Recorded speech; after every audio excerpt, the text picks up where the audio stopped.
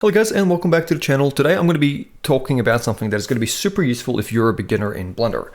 Okay, perhaps there's been a time where you want to texture paint or put a decal onto something inside of Blender, but you don't have the tools inside of Blender, so you want to do it in a third-party software. But how do you actually know if you place something on a texture? How do you know how to see that? How do you know where these UV coordinates are when you're working, for example, in GIMP, which we're going to be using, right? And that is because you can actually export the UV layouts along with your texture, so you can actually see where your UV layouts is in any other program, whether that be GIMP, Adobe Photoshop, or some other image manipulation software where you can work with layers. So this is really simple to do, and it's something that's going to be very handy if you're a beginner. So both softwares that we're using today, Blender 5.1 and GIMP, are both completely free. Like I said, you can use Photoshop or any other image manipulation software. But this is just going to allow you to be able to know where you're placing things or where you're painting if you're using a third-party software. So let's jump in, and I hope you guys enjoy. So let's jump into a new scene in Blender here. In this document, we'll just select all of our default objects and we'll press delete. And we're going to go Shift A. We're going to go to our mesh options and we'll add in a Suzanne monkey head.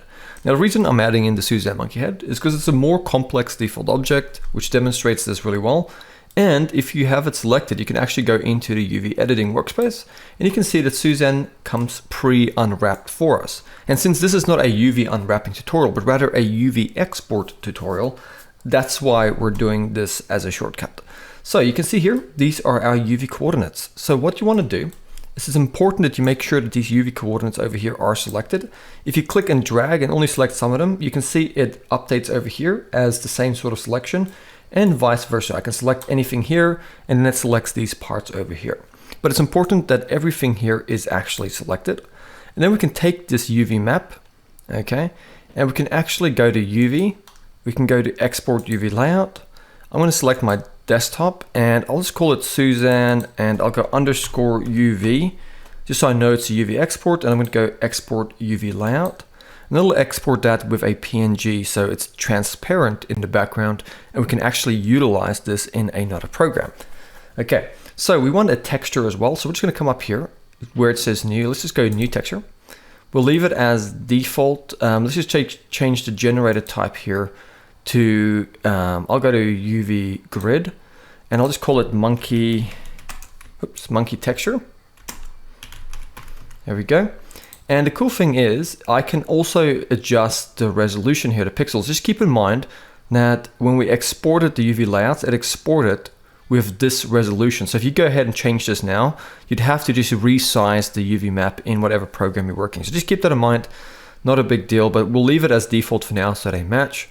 And I'm going to go ahead and create a new image. And here we now have this texture, as you can see. Pretty cool. So to be able to see this texture on a monkey, okay, we first of all need to actually just go image, save as, go to our desktop, and let's just call it, and we already named it monkey texture.png, so let's just go ahead and save it to our desktop. There we go. And to see it on the monkey, go over to your materials properties, go over here and click new. You can call your material monkey if you want.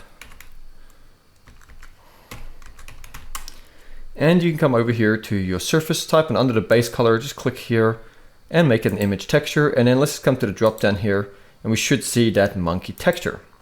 Okay, to be able to see it without having to go into rendered mode, just scroll your mouse over here, roll over to the side, come to the drop down here under the shading and just change the object color to textured. And now you can see, we see this. How cool is that?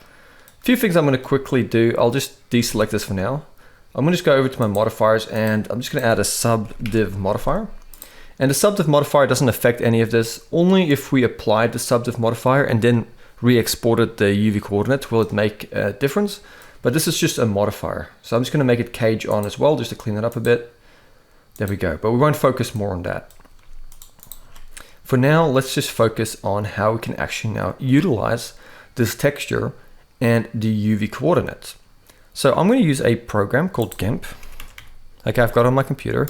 GIMP is completely free, but you can also use Photoshop. And I actually have Photoshop, but a lot of people don't have Photoshop. So for now, we'll just stick to GIMP, but the exact same principle applies. It'll work the exact same way. There's a lot of programs where this will work the very same way. So once GIMP is open here, what I'm going to do is I'm going to actually go to my desktop and I'm going to first of all drag in my monkey texture. There we go. And then on top of that, I'm going to take the Suzanne UV layout. I'm going to drag it on top of there. And now you can see, look at that.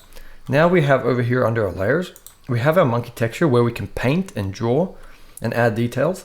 And we have our Suzanne monkey layer here, which I can actually turn off and turn back on. So now we know exactly where the layouts are, and we could actually make something on top of this texture. So it gives you the ability to paint and add details to something in Blender in another third-party software.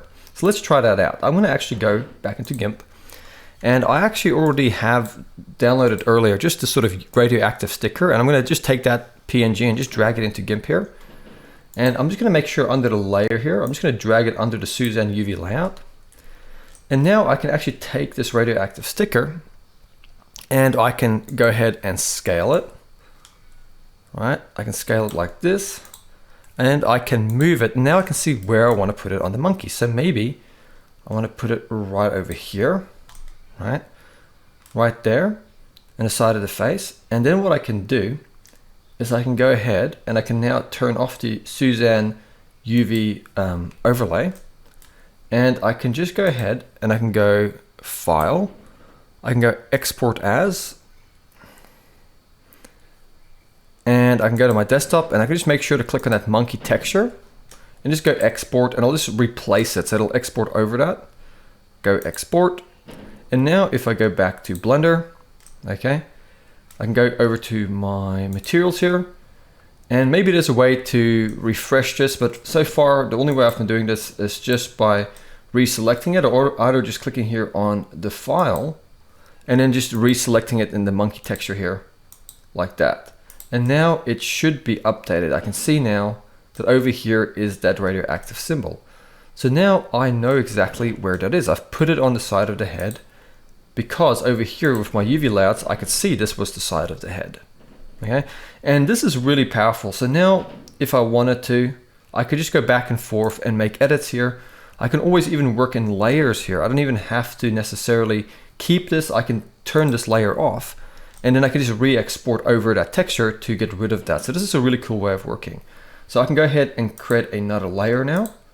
Just put that underneath that. And now I can come here maybe, and for example, I could come here and I could draw. So I can get a color here, decrease my pen size, and now maybe I want to add just some squiggles over here in the forehead, just for decorative feature. There we go. What I can do now is I can turn off the UV overlay and I can quickly go over to File and I'll just export over that monkey texture. So export to monkey texture. There we go. And now I want to go back to my blend file here. I'm just going to open that again. And now you can see there we have it updated. So there is the monkey now with that running across the head like that. So I hope that has been a useful tutorial, how you can now utilize UV layouts to work with third-party software when you're doing texture painting or projects in Blender. If this has been helpful, please subscribe and like. It really helps me out a lot. And I'll see you guys next time.